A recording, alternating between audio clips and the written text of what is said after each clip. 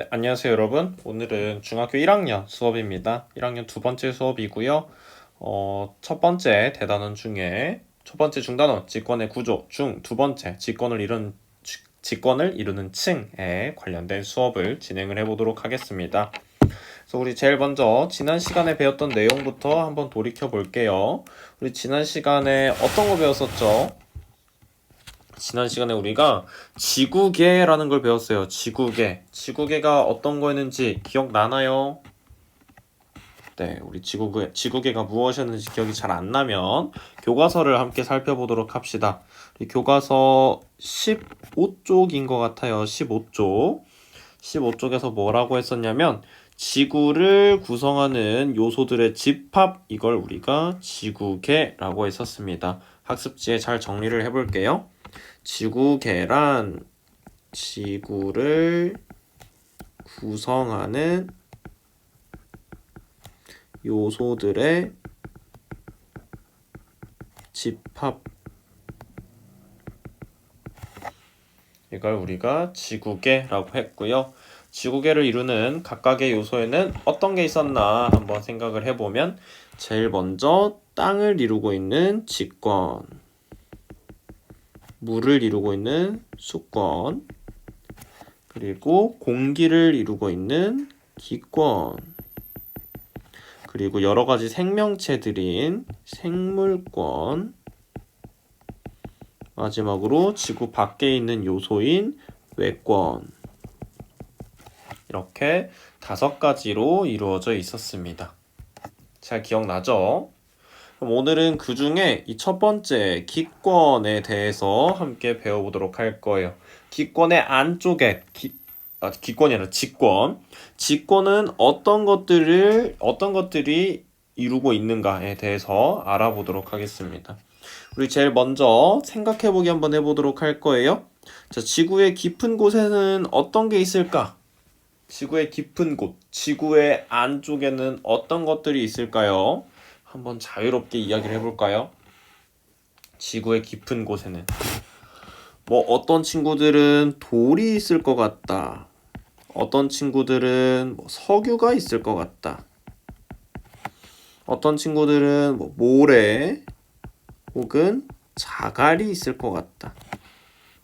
그리고 어떤 친구들은 미리 교과서를 살짝 봤었나 봐요.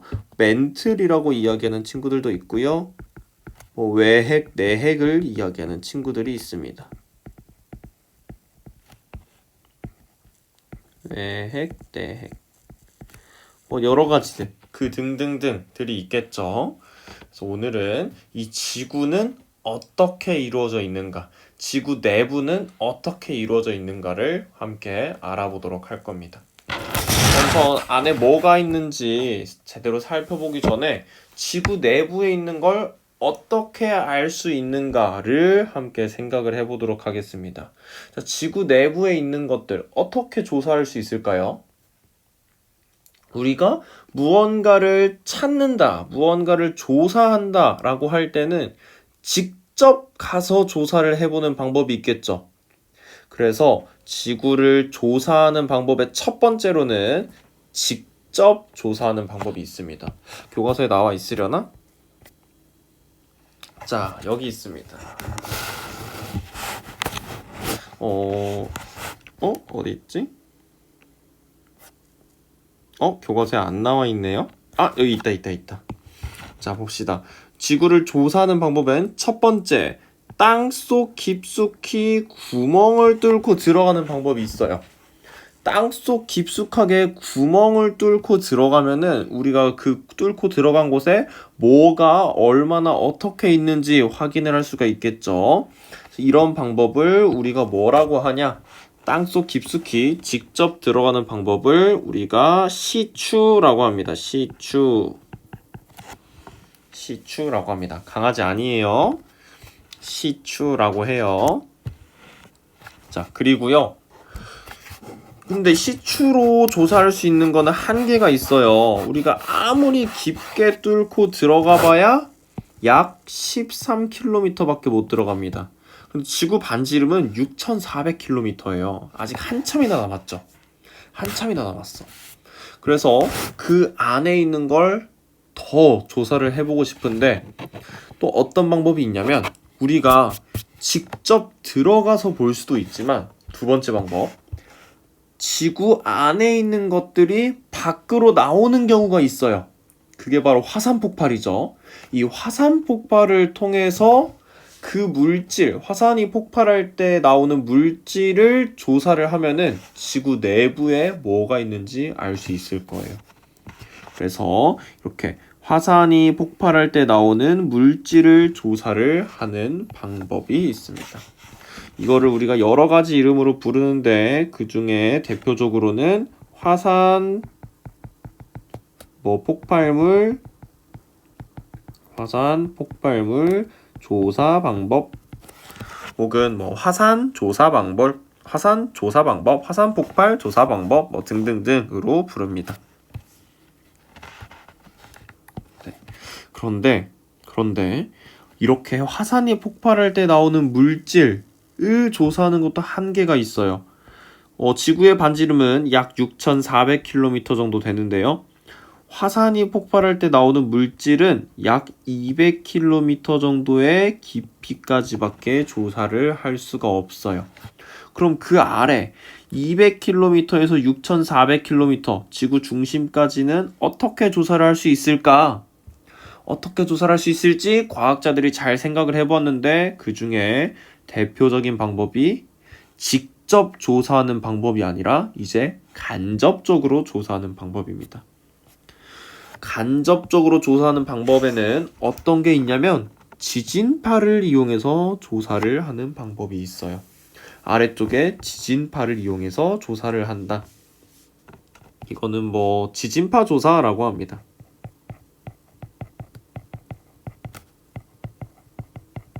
지진파 조사. 자, 이 지진파 같은 경우에는 지진이 일어날 때 느껴지는 그 파동을 말해요.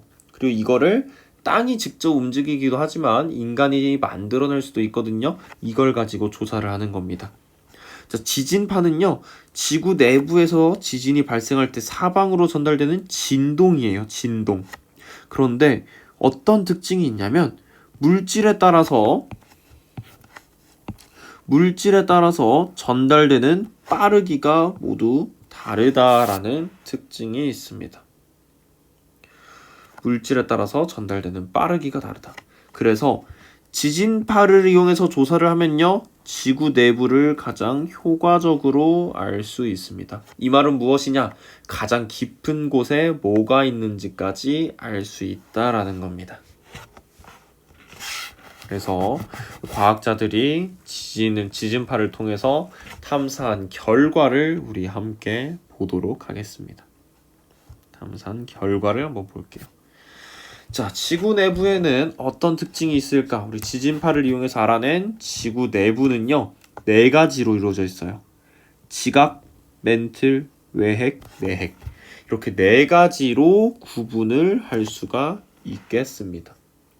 하나하나 보도록 할게요. 이 지각이라는 거, 학교 지각했다 이런 거 지각 아니에요.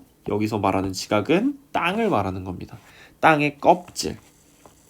지각은요, 두께가 가장 얇은 층이에요. 두께가 가장 얇은 층. 그래서 2가지로 구분이 되는데 정말 그 땅의 껍질인 대륙지각, 그리고 바다의 바닥도 있잖아. 바다를 이루고 있는 곳의 껍질인 해양지각, 2가지로 구분이 됩니다. 대륙지각 같은 경우에는요, 평균 두께는 약 35km고요. 해양지각의 평균은 약 5km입니다. 대륙지각이 훨씬 더 두껍죠? 산이 있어서 그렇습니다. 산이 있어서. 그리고요, 이 지각은요, 여러 가지 암석으로 이루어져 있으며 고체 상태예요. 그림으로 한번 보겠습니다. 이렇게 지구를 우리가 8분의 1을 똑 떼서 살펴봤어요. 지각이 어느 정도냐? 지각 잘 보이나요? 잘 안 보이는 게 당연해요. 지각은 이렇게 확대를 해보았을 때 이 정도에 해당하는 게 지각입니다. 전체로 봤을 때에는 이만큼이 지각이에요. 엄청 얇죠? 진짜 그냥 그 껍질 그 자체라고도 할 수 있을 것 같아요. 껍질 그 자체. 그래서 우리 지각은 이런 거다. 바로바로 학습지에 정리를 해볼게요. 우리 지각은 뭐라고 했었냐면 두께가 가장 얇은 층이다. 지각은 두께가 가장 얇은 층이다.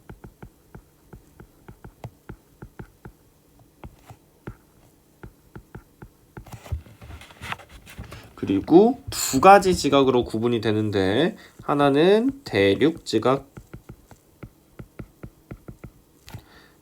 그리고 하나는 해양 지각.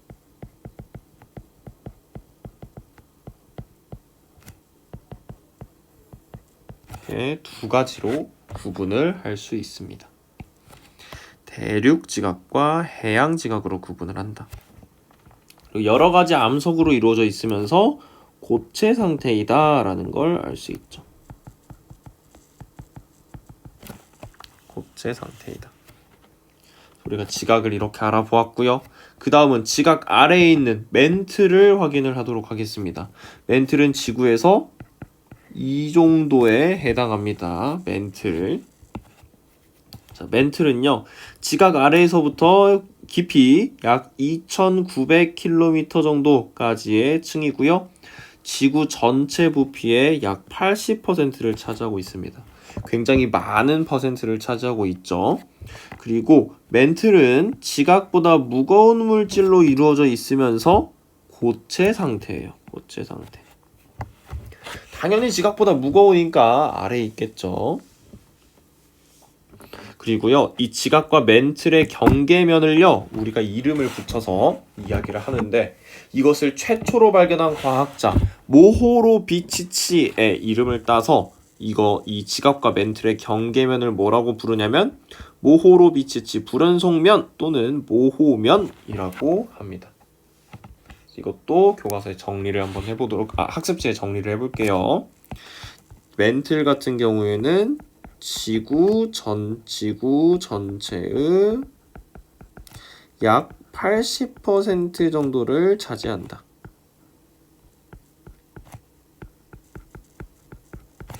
지구 전체의 80% 정도를 차지한다.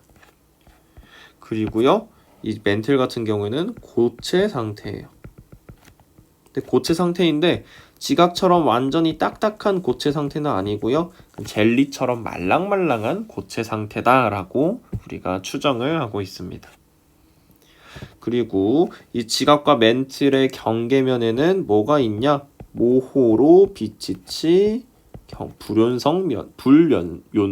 모호로 비치치 불연속면이 있다. 모호로 비치치 불연속면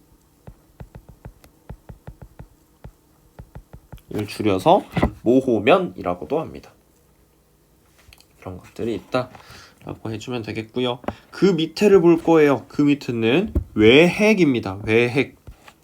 외핵은 이 정도 깊이입니다. 한번 같이 볼게요. 외핵은요, 깊이 2,900km에서 약 5,100km까지의 층이고요. 액체 상태로 추정이 됩니다. 액체 상태. 자, 그리고 같이 내핵도 볼게요. 외핵 안쪽에는 내핵이 있어요. 내핵은 깊이 약 5,100km에서 지구 중심까지의 층으로서 고체 상태로 추정이 되고 있습니다. 고체 상태로 추정이 된다. 그래서 외핵과 내핵은요, 지각과 멘틀을 이루는 물질보다 무거운 물질로 이루어져 있습니다. 이것도 당연하겠죠? 이것도 학습지에 정리를 해볼게요. 외핵이랑 내핵은 우리가 정말로 간접적으로밖에 조사를 할 수가 없어요. 그래서 정말 추정만 하고 있습니다. 그래서 외핵은 우리가 액체 상태로 추정한다.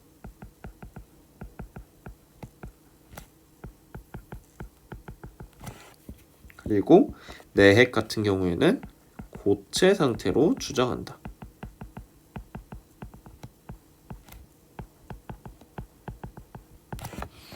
이렇게 추정을 하고 있습니다. 그래서 우리가 오늘 지구 내부의 구조 네 가지 알았어요. 지구 내부는 지각, 멘틀, 외핵, 내핵 이렇게 네 가지로 이루어져 있고요. 지각은 굉장히 얇은 층이고 멘틀은 지구의 대부분을 차지하고 있습니다. 그리고 외핵은 액체 상태로 지구의 중심에 되게 가깝고요. 지구 중심에는 내핵이 있습니다.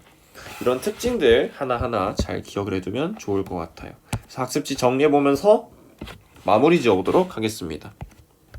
먼저 지구의 내부는요 어떻게 이루어져 있냐면 지각, 멘틀, 그리고 외핵, 내핵으로 이루어져 있습니다.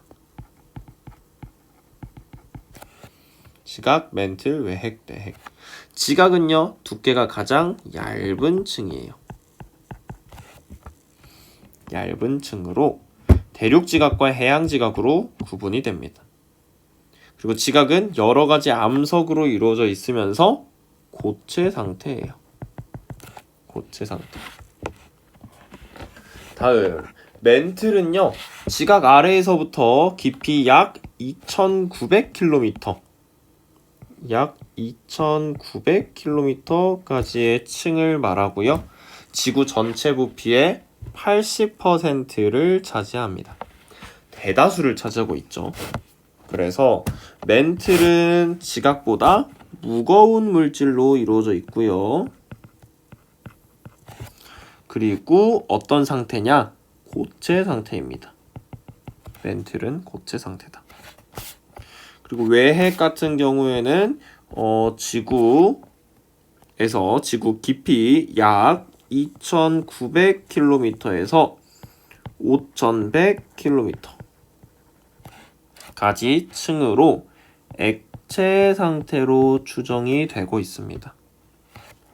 그리고 마지막으로 내핵은 깊이 약 5,100km에서 지구 중심까지의 층으로서 우리가 고체 상태로 추정을 하고 있습니다. 정확한 이 깊이까지는 몰라도 괜찮지만 중간중간 중요한 특징이 있잖아요. 우리가 여기에 해보기에서 적었었던 거 여기에 있는 것 정도는 우리가 알아두면 좋을 것 같습니다.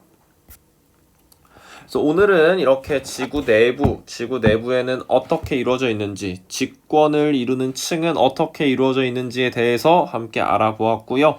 우리 다음 시간에는 어떤 거 해볼 거냐면 다음 시간에는 우리 직권을 이루는 여러 가지 암석에 대해서 같이 알아보도록 할 겁니다. 다음 시간에 어떤 걸 배울지 기대 많이 해주시고요. 다음 시간에 다시 만나도록 하겠습니다. 오늘 했던 내용 잘 정리해두세요. 오늘 수업 듣느라 수고 많았고요. 다음 시간에 만나도록 하겠습니다.